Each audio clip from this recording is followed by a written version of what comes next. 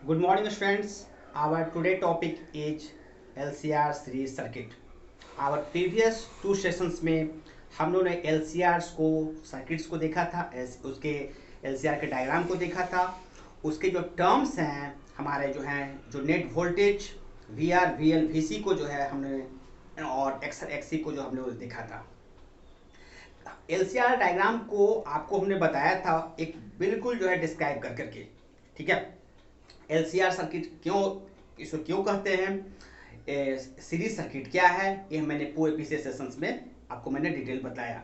अब इसमें जो एक टर्म था वोल्टेज, जो सोर्स वोल्टेज था, जो एसी सोर्स वोल्टेज, तो एसी सोर्स वोल्टेज में एक टर्म था V बराबर V not sine omega T, ठीक है।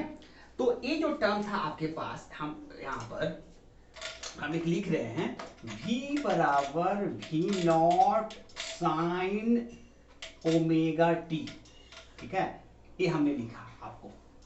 तो यहां पर हमने बताया था पिछले सेशंस में कि टाइप्स ऑफ वोल्टेज, तीन प्रकार के जो है वोल्टेज होते हैं, ठीक है। यहां पर एक होता है वी आर एम एस, इसको रूट मीन स्क्वायर वोल्टेज कहते हैं। एक होता है वी नॉट, मतलब उसको मैक्सिमम वोल्टेज भी कहते हैं। इसको हम लोग वोल्टेज एम्पलीट्यूड भी कहते हैं, जिसको मैक्सिमम करंट वोल्टेज भी कहते हैं।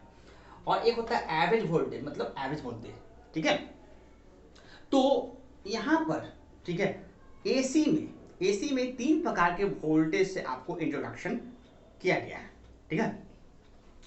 मैंने ये भी बताया था पिछले सेशंस में कि किसी भी क्वेश्चंस में अगर एसी सोर्स का जो है सप्लाई सोर्स का जो है वोल्टेज दिया रहेगा, तो मतलब वोल्टेज सप्लाई अगर जो दिया रहे तो आपको समझना होगा कि वह कौन सा वोल्टेज है, वह VRMS है, ठीक है।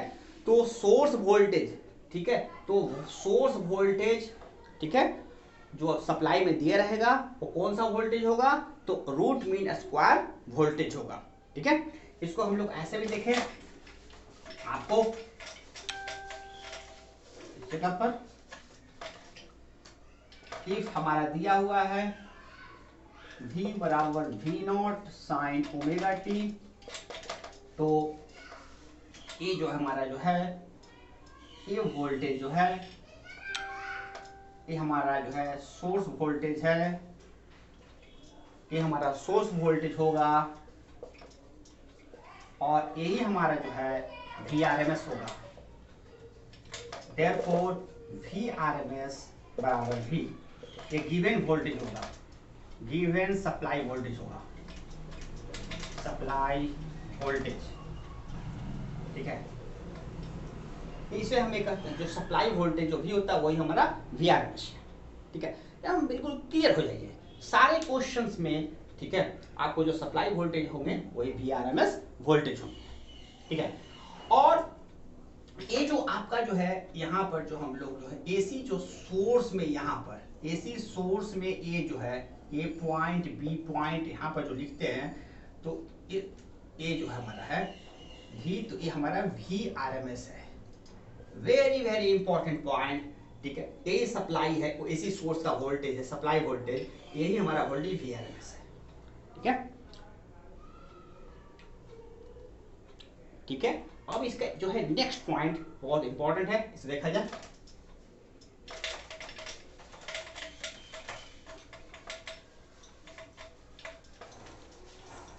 हम लोग जानते हैं अब वोल्टेज के दोनों वोल्टेज के बीच में एक रिलेशन फाइंड आउट करने का हम लोग ने प्रयास किया था, उसको हम आपको रिमेंबर करवा देते हैं, ठीक है।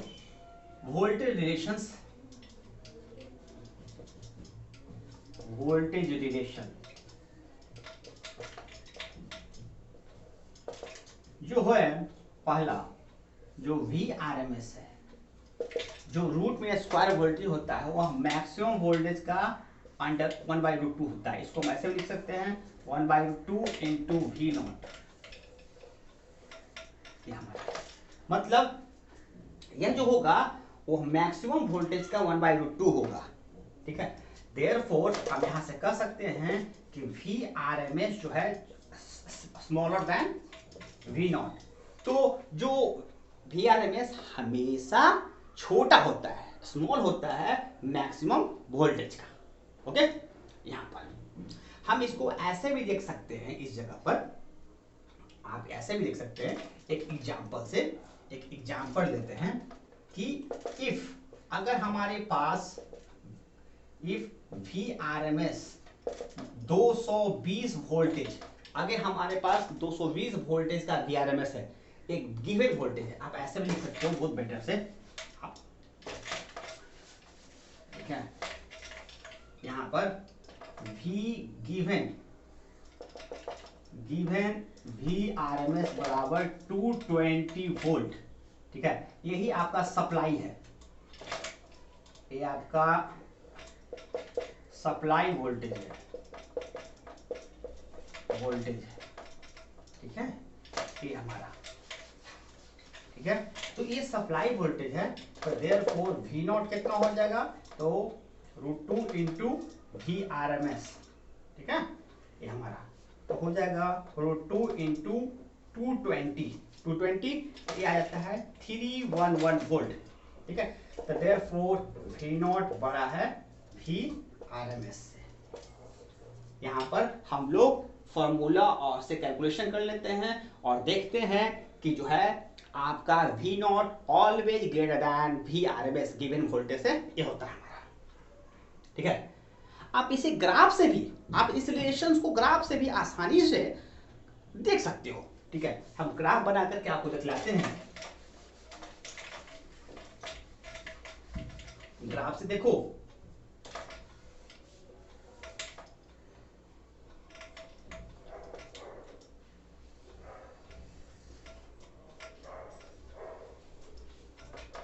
ये देखो, ये जो है हमारा V नॉट है, ये V नॉट जो मैक्सिमम है, ये हमारा जो है आपका V नॉट, तो मैक्सिमम वोल्टेज जो होता है वो V नॉट होता है, ठीक है, तो वोल्टेज जो है या पॉजिटिव है निगेटिव है, वोल्टेज इंक्रीज कर रहा है फिर डिक्रीज कर रहा है फिर ऐसे, तो वोल्टेज जो है साइक्लिक होता है, साइन वेव का फंक्शन होता है, साइक्लिक होता है, ठीक है, साइन फंक्शंस होता है, ठीक है, तो इसका जो मैक्सिमम वैल्यू जो जाएगा वो V नॉट होगा, ठीक है, उसका वोल्टेज का वैल्यू यहाँ पर देखिए कुछ कम है, कुछ कम है, कुछ कम है, कुछ कम है, फिर वोल्टेज डिक्रीज कर रहा है, फिर निगेटिव वोल्टेज हो गया आपका, ठीक है, तो मैक्सिमम ये हमारा मैक्सिमम वोल्टेज यहाँ पर आएगा। तो हम एग्जाम्पल से भी देखें कि अगर 220 वोल्ट का VRMS दिया हुआ है, AC सोर्स सप्लाई 220 है, तो हमारा VRMS कितना हो, मैक्सिमम कितना होगा 311, मतलब मैक्सिमम वोल्ट 311 वोल्ट का, ओके, ठीक है, हम इसको ग्राफ से भी देख सकते हैं और ऐसे भी देख सकते हैं। अब आते हैं हम लोग ये जो LCR सर्किट्स में जो हम लोग जो हैं इंटरेस्टेड हैं to find out the terms XL, XC, VR, VC, VL, ठीक है, इन सारे टर्म्स को हम लोग फाइंड आउट करने में इंटरेस्टेड हैं, फिर नेट वोल्टेज, फिर करंट का एम्पलीट्यूड क्या होगा, I नॉट क्या होगा, नेट इंपेडेंस क्या होगा, तो ये lots of term in LCR AC series circuits में हम लोग फाइंड आउट करने जा रहे हैं, उससे हम लोग देखने का प्रयास करें, okay.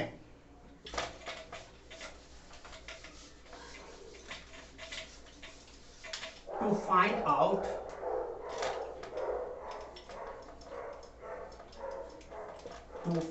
Out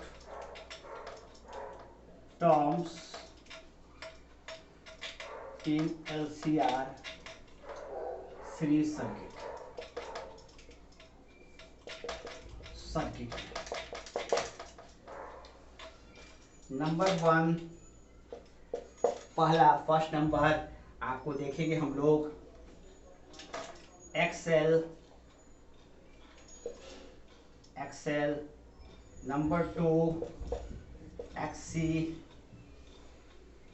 number 3 net reactance, ये होता है इंडक्टिव रिएक्टेंस, कैपेसिटिव रिएक्टेंस, और एक नेट रिएक्टेंस हम लोग निकालने का प्रयास करेंगे, नेट रिएक्टेंस REACTAN से रिएक्टेंस। फिर नंबर 4 हम लोग जो है ये जो है VR निकालेंगे, V R voltage through resistance. Number 5 हम लोग वी एल निकालेंगे, voltage through inductor. Number 6 V C, voltage through capacitance. Z net resistance. Number 7 में हम लोग जो है नेट रेसिस्टेंस फाइंड आउट करने का प्रयास करेंगे। Net resistance.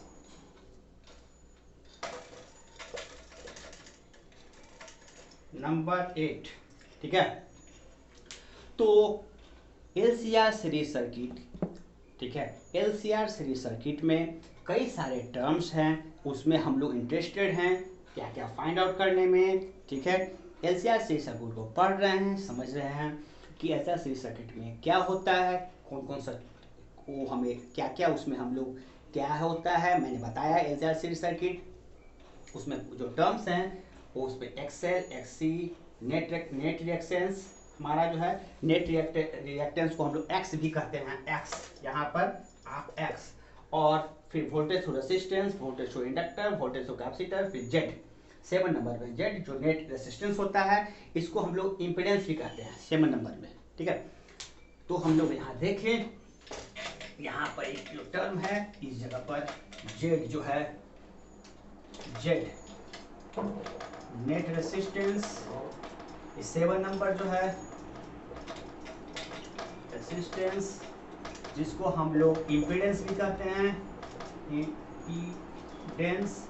इम्पीडेंस भी कहते हैं, इसलिए हम लोग निकालेंगे, ठीक है।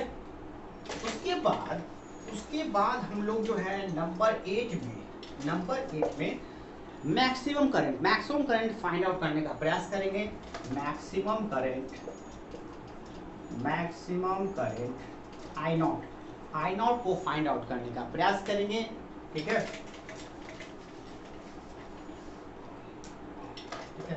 फिर हम जानते हैं कि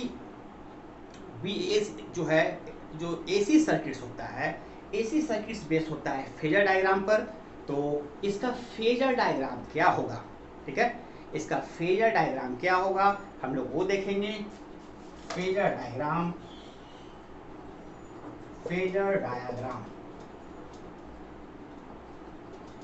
ऑफ एलसीआर का। फिर नंबर 10 में फाइंड नेट वोल्टेज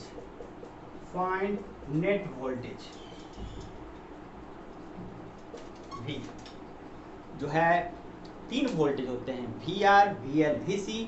तो उसका एक नेट वोल्टेज आपका एलसीआर का क्या होगा, हम लोग उसको फाइंड आउट करेंगे, ओके। इतने सारे टर्म्स हमारे हैं, ठीक है। फिर बाद में जो है हम लोग जो है पावर डिसिपेशन, इसके पावर को देखेंगे, ठीक है। हमने बताया था कि जब भी करंट किसी सर्किट इक्विपमेंट से पास करता है तो हॉट होगा, वहाँ पर हॉट होने से पावर डिसिपेशन होता है, मतलब वो जो है थोड़ा सा एनर्जी लूज होगा। तो वहाँ पर पावर डिसिपेशन क्या होगा आपका, यहाँ पर 3 जो है रेसिस्टेंस हैं आपके, 3 रेसिस्टेंस, एक थ्रू रेसिस्टेंस R से, एक हमारा क्या इंडक्टिव रेसिस्टेंस XL, और उससे भी पावर डिसिपेशन होगा, वहाँ पर भी एनर्जी लूज होगा। फिर एक रेसिस्टेंस है XC, हमारा कैपेसिटिव रिएक्टेंस, वहाँ पर भी रेसिस्टेंस है, तो वहाँ भी पावर जो है एनर्जी लूज होगा, पावर डिसिपेशन होगा। तो पावर डिसिपेशन यहाँ पर जो है हमारा जो है एक नेट हम लोग पावर डिसिपेशन यहाँ देखेंगे आपको एलसीआर सीरीज सर्किट में बाद में, ठीक है। लेकिन पहले इन सब सारे टर्म्स को हम लोग एक एक करके निकालते हैं, ठीक है। आइए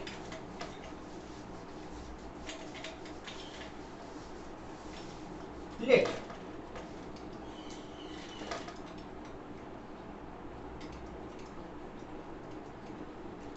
इसमें हमने बताया था कि जो सोर्स वोल्टेज है V be the source voltage, let V बराबर V0 sine omega t be the source voltage of AC circuit का, ठीक है, ठीक है। और जब सर्किट है, जब करंट पास करेगा तो चार्ज, ठीक है, तो चार्ज तो ऑब्वियसली हम लोग इसमें आना ही है, क्योंकि करंट जो होता है चार्ज बाई टाइम होता है, I/Q/T, ठीक है। तो जब चार्ज फ्लो होता है, तो जो चार्ज फ्लो होगा सर्किट्स में, तो वो जाके कैपेसिटर में हमारा एक्यूमुलेट होगा। ठीक है, करंट जो हमने बताया था कि सीरीज सर्किट है तो करंट जो है हर जगह सेम होगा, चाहे वार से हो, चाहे इंडक्टर से हो, चाहे कैपेसिटर से। यहाँ पर तो हियर यहाँ पर एक और बात था एलसीआर सीरीज में आपको कि आई बराबर आई आर बराबर आई सी बराबर आई एल, ये बहुत इंपॉर्टेंट था आपको। ठीक है, करंट जो है सभी जगह सेम होगा, तो उस स्थिति में एक चार्ज जाके स्टोर होता है एट ए टाइम टी। यहाँ पर हमने लिखा है जो वोल्टेज है वो टाइम टी पर, तो टी समय पर जो है, उस समय पर टी टाइम पर वोल्टेज जो है, तो उस टी टाइम पर हमारा जो है चार्ज जो है कैपेसिटर में क्या होगा, तो हम उसको हम एज्यूम कर लेते हैं, मान लेते हैं। ठीक है, ये जो वोल्टेज है किसी सोर्स का, जो वोल्टेज है एसी सोर्स का, वो टाइम टी पर भी है और करंट जो हमारा इतना है, तो उस समय हमारा जो है कैपेसिटर जो क्या होता है, कैपेसिटर में हम लोग पढ़े थे चैप्टर्स आपको इलेक्ट्रोस्टैट में, कि वो charge, it is a charge storing device. ठीक है, capacitor is a charge storing device, और वो जो है उसका कैपेसिटेंस सी होता है। ठीक है, वो कितना चार्ज स्टोर कर सकता है। ठीक है, तो उसको कैपेसिटेंस उसका सी होता है। ठीक है, तो हम मान लेते हैं कि टी समय पर हमारा जो है कैपेसिटर में चार्ज क्यू है। लेट यहाँ पर मान लिया जाए, let Q be the charge storage in capacitor at time t। ठीक है, फिर से मैं रिपीट कर देता हूँ कि अगर कोई सोर्स वोल्टेज है ये है, तो वो वोल्टेज टी समय पर है, तो करंट पास करेगा, तो करंट जो है सेम होगा, और अगर करंट है तो वहाँ पर चार्ज होना ही है। तो टी समय पर हमारा जो है कैपेसिटर था, आपको रेसिस्टर में चार्ज स्टोरेज नहीं होता, इंडक्टर में चार्ज स्टोरेज नहीं होता, सिर्फ जो है कैपेसिटर में चार्ज स्टोरेज होता है हमारा। ठीक है, तो वो चार्ज जो है टी समय पर हमारा जो है वोल्टेज वी है, तो कितना चार्ज है, तो कैपेसिटर में तो क्यू, तो हमने ये लिखा है। ठीक है, अब नाउ अब एक एक करके हम सारे टर्म्स को हम लोग निकालने का प्रयास करें। ठीक है,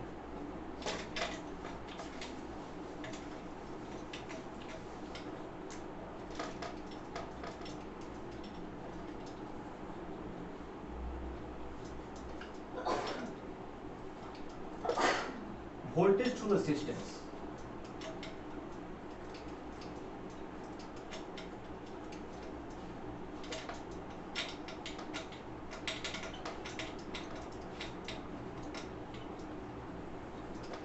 वोल्टेज थ्रू रेजिस्टेंस को हम लोग वी आर लेंगे। वी आर ये हमारा है वी आर।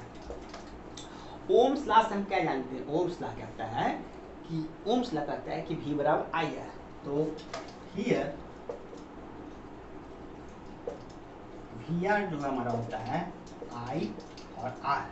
ठीक है, करंट हमारा क्या है, उस समय जो है वो जो है करंट जो है आई जो है आई टाइम टी पर, I be the current at time t, I be the current at time t पर। ठीक है, तो ये रेजिस्टेंस से हमने वोल्टेज निकाल लिया। अब इंडक्टर से निकाल लेते हैं। नंबर 2, वोल्टेज थ्रू यहाँ पर इंडक्टर, तो इसको हम लोग कहते हैं VL। यहाँ पर सिर्फ L कर दें, यहाँ पर I, यहाँ पर XL कर दें आपको।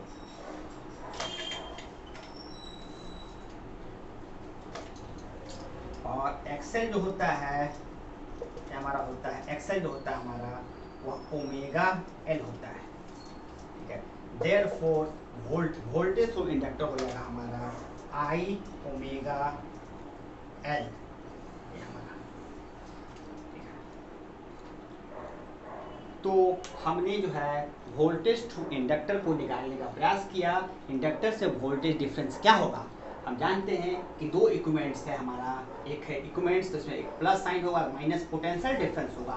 वो पोटेंशियल डिफरेंस मतलब वोल्टेज इसमें जो है, तो इंडक्टर हमारा है बीच में, तो इंडक्टर से जो है पोटेंशियल डिफरेंस क्या होगा? तो वी एल, तो वो क्या होगा? आई एक्स एल, आई आर होता है, ठीक है, आई आर होता है, ठीक है। तो आर जो है यहाँ पर रेसिस्टेंस, जो इंडक्टर में रेसिस्टेंस एक्सल होता है, एक्सल का वैल्यू होता है ओमेगा एल, तो एक्सल की जगह हमने पुट किया है ओमेगा एल, ये वोल्टेज थ्रू इंडक्टर।